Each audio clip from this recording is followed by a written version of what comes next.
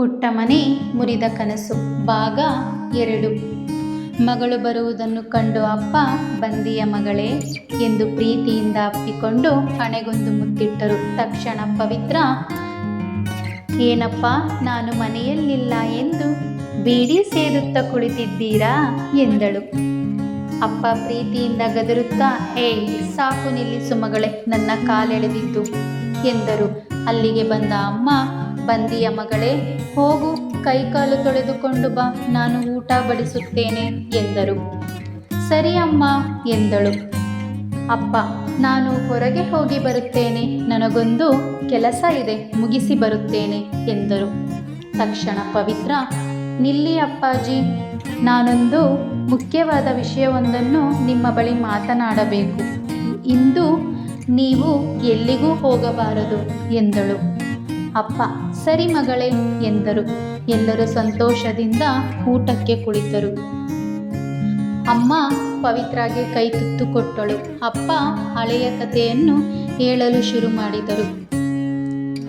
ಎಲ್ಲರೂ ಸಂತೋಷದಿಂದ ಊಟ ಮುಗಿಸಿ ಹಾಲಿನಲ್ಲಿ ಕುಳಿತು ಹರಟೆ ಹೊಡೆಯಲು ಶುರು ಮಾಡಿದರು. ಪವಿತ್ರ ಅಪ್ಪ ಅಮ್ಮನ ಕಾಲೆಳೆಯುತ್ತಾ, ಏನಪ್ಪ ಒಳ್ಳೆ ಹೀರೋ ಥರ ರೆಡಿಯಾಗಿದ್ದೀರಾ, ನನ್ನ ಅಮ್ಮನಿಗೆ ಲೈನ್ ಹಾಕುತ್ತಿದ್ದೀರಾ ಎಂದಳು. ಅಮ್ಮ ನಾಚಿಕೆಯಿಂದ ತಲೆ ತಗ್ಗಿಸಿದಳು. ಅಪ್ಪ ಜೋರಾಗಿ ನಗುತ್ತಾ, ಸಾಕು ನಿಲ್ಲಿಸು ಮಗಳೇ ನಿನ್ನ ತಮಾಷೆಯ ಮಾತುಗಳು ಎಂದರು. ಸರಿ ಅಪ್ಪಾಜಿ ಎಂದಳು. ಅಪ್ಪಾಜಿ, ನಾನೊಂದು ಮುಖ್ಯವಾದ ವಿಷಯವೊಂದನ್ನು ನಿಮ್ಮ ಬಳಿ ಮಾತನಾಡಬೇಕು ಎಂದಳು. ಅಪ್ಪ, ಮಾತನಾಡು ಮಗಳೇ, ಅದಕ್ಕೆ ಅನುಮತಿ ಏಕೆ ಎಂದರು. ಅಪ್ಪಾಜಿ, ನಾನೊಂದು ಹುಡುಗನನ್ನು ಜೀವಕ್ಕಿಂತ ಹೆಚ್ಚಾಗಿ ಪ್ರೀತಿಸುತ್ತಿದ್ದೇನೆ. ಅವನನ್ನೇ ಮದುವೆ ಮಾಡಿಕೊಳ್ಳಬೇಕೆಂದು ತೀರ್ಮಾನ ಮಾಡಿದ್ದೇನೆ. ಅವನ ಹೆಸರು ಅನುಕುಮಾರ್. ದಯವಿಟ್ಟು ನಮ್ಮ ಪ್ರೀತಿಗೆ ಅನುಮತಿ ನೀಡಿ. ನಾನು 2 ಮುದ್ದಾದ ಮೊಮ್ಮಕ್ಕಳನ್ನು ನಿಮಗೆ ನೀಡುತ್ತೇನೆ ಎಂದಳು. ಅಪ್ಪ, ಸಾಕು ನಿಲ್ಲಿಸು ಮಗಳೇ ನಿನ್ನ ತಮಾಷೆಯ ಮಾತುಗಳು ಎಂದರು. ಇಲ್ಲ ಅಪ್ಪಾಜಿ, ನಾನು ತಮಾಷೆ ಮಾಡುತ್ತಿಲ್ಲ, ನಾನು ಸತ್ಯವನ್ನೇ ಹೇಳುತ್ತಿದ್ದೇನೆ ಎಂದರು. ಮಗಳ ಮಾತು ಕೇಳುತ್ತಿದ್ದಂತೆ ಅಪ್ಪನಿಗೆ ಕೋಪ ನೆತ್ತಿಗೇರಿತು. ತಕ್ಷಣ ಬರಬರನೆ ಬಂದು ಪವಿತ್ರಾಳ ಕೆನ್ನೆಗೆ ಚಟಾರೆಂದು ಬಾರಿಸಿದರು. ಆ ಕಪಾಲ ಮೋಕ್ಷಕ್ಕೆ ಪವಿತ್ರ ತಲ್ಲಣಿಸಿ ಹೋದಳು. ಕೆನ್ನೆಯನ್ನು ಸವರುತ್ತಾ, ಹರೇ ಕೃಷ್ಣ, ಇದೇನಾಯಿತು ಅಪ್ಪಾಜಿ, ನಾನೇನು ತಪ್ಪು ಮಾತನಾಡಿದೆ? ನನ್ನ ಮನಸ್ಸಿನಲ್ಲಿರುವ ಸತ್ಯವನ್ನು ನಿಮ್ಮ ಮುಂದೆ ಹೇಳಿದ್ದಕ್ಕೆ ಏತಕ್ಕೆ ಇಷ್ಟು ಕೋಪ ಎಂದು ಕಣ್ಣೀರು ಹಾಕುತ್ತಾ ಹೇಳಿದಳು. ಅಪ್ಪ ಕೆನ್ನೆಗೆ ಬಾರಿಸುತ್ತಿದ್ದಂತೆ ಕೋಪದಿಂದಲೇ ಗದರುತ್ತಾ, ಇಲ್ಲಿ ನೋಡು ಪವಿತ್ರ, ನಿನಗೆ ಎಂಥ ಹುಡುಗನನ್ನು ತರಬೇಕು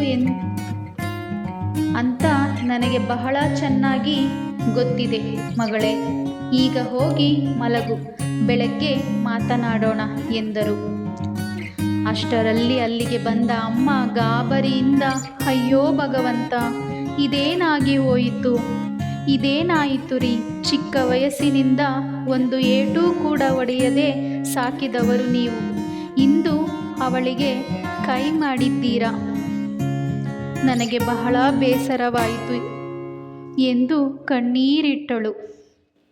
ತಕ್ಷಣ ಅಪ್ಪ ಜೋರಾಗಿ ಗದರುತ್ತಾ, ನೀನು ಸುಮ್ಮನೆ ನಿಲ್ಲು, ನೀನೇನು ಮಾತನಾಡಬೇಡ ಎಂದರು.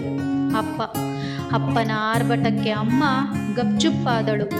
ಅದಾದ ನಂತರ ಅಪ್ಪ ಅಲ್ಲಿಂದ ಹೊರಟು ಹೋಗಿ ತಮ್ಮ ಕೋಣೆಯ ಬಾಗಿಲು ಮುಚ್ಚಿಕೊಂಡರು.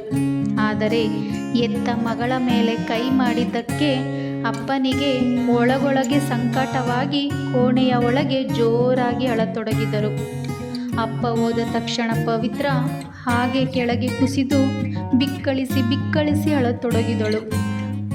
ಮಗಳ ಹತ್ತಿರ ಓಡಿ ಬಂದ ಅಮ್ಮ, ಅಳಬೇಡ ಮಗಳೇ, ಇಲ್ಲಿ ನೋಡು, ಅಪ್ಪ ನಿನ್ನ ಒಳ್ಳೆಯದಕ್ಕೆ ಹೇಳ್ತಿರೋದು, ದಯವಿಟ್ಟು ಅಳಬೇಡ, ಸಮಾಧಾನ ಮಾಡಿಕೊ ಮಗಳೇ ಎಂದು ಅವಳ ತಲೆಯನ್ನು ಸವರುತ್ತಾ ಕಣ್ಣೀರು ಒರೆಸುತ್ತಾ ಹೇಳಿದರು.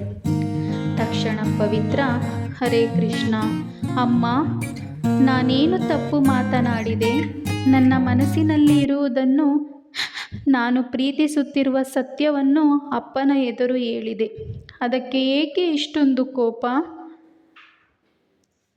ನಾನೆಂದು ನೋಡಿರದ ಅಪ್ಪನ ಈ ಭೀಕರ ಮುಖವನ್ನು ಇಂದು ನೋಡಿದೆ ಅಮ್ಮ ಎಂದು ಅಮ್ಮನನ್ನು ತಬ್ಬಿಕೊಂಡು ಜೋರಾಗಿ ಅಳತೊಡಗಿದಳು.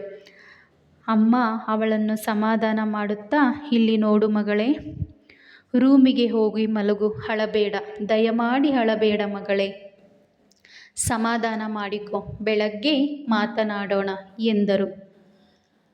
ಪವಿತ್ರ ಅಲ್ಲಿಂದ ಎದ್ದು ತನ್ನ ರೂಮಿಗೆ ಹೋಗಿ ಕದ ಮುಚ್ಚಿ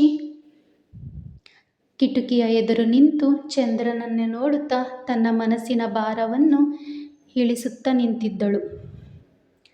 ನಮಗೂ ಹೀಗೆ ಅಲ್ವಾ, ತುಂಬ ಬೇಸರ ಆದರೆ ಕಿಟಕಿ ಮುಂದೆ ನಿಂತು ನಮ್ಮ ಮನಸ್ಸಿನ ಭಾರವನ್ನು ಇಳಿಸುತ್ತೇವೆ ಚಂದ್ರನನ್ನು ನೋಡುತ್ತಾ ಅಲ್ವಾ. ಮುಂದೇನಾಗುತ್ತೆ? ಅನುಕುಮಾರ್ ಮನೆಯಲ್ಲಿ ಒಪ್ಕೋತಾರಾ? ಅಥವಾ ಅನುಕುಮಾರನ ಮನೆಯಲ್ಲೂ ಒಪ್ಕೊಳ್ದೆ ಇವರಿಬ್ಬರು ಮನೆ ಬಿಟ್ಟು ಓಡೋಗ್ತಾರಾ? ಏನಾಗುತ್ತೆ ಮುಂದೆ? ಪ್ರಿಯ ವೀಕ್ಷಕರೇ, ಮುಂದಿನ ಭಾಗ ಬೇಕೆನಿಸಿದರೆ ದಯಮಾಡಿ ಕಮೆಂಟಲ್ಲಿ ತಿಳಿಸಿ. ವಿಡಿಯೋ ಇಷ್ಟ ಆದರೆ ಲೈಕ್ ಮಾಡಿ, ಸಬ್ಸ್ಕ್ರೈಬ್ ಮಾಡಿ. ಇಂತಿ ನಿಮ್ಮ ಪ್ರೀತಿಯ ಅಪ್ಪಟ ಕನ್ನಡ ಅಭಿಮಾನಿ ಸ್ನೇಹಿತೆ.